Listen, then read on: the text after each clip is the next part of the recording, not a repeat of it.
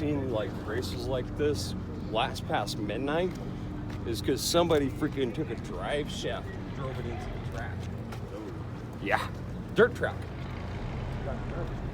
So it ended up putting like a divot of like 18 inches by like 3 feet. Yeah. Drive shaft snapped. Go through and repack it. Yeah. But again, it snapped at the transmission side.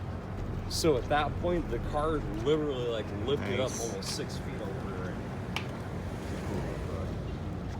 But like I said, at that point, you see they're like, all right, we're gonna take a break, everybody. Go hit the snack bar. Right. It's like, now's your chance. Go to the bathroom, grab a beer.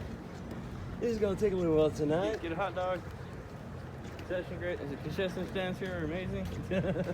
Oh yeah. I mean, the car was a freaking Coke can afterwards. Put it that way. Yeah, I bet it was.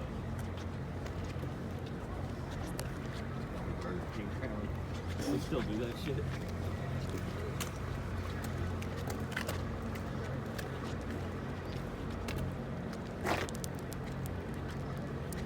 Like I said, you have fun tonight, Jay? Yes. Cool deal. Yep, we had fun tonight.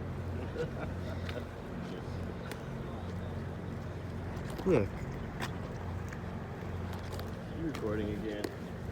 First time you saw a race car catch on fire in real life, huh? Yes. God, my first time was a fucking oh god dang it, man, you're recording. I hope you enjoyed the video. Sorry for my cussing.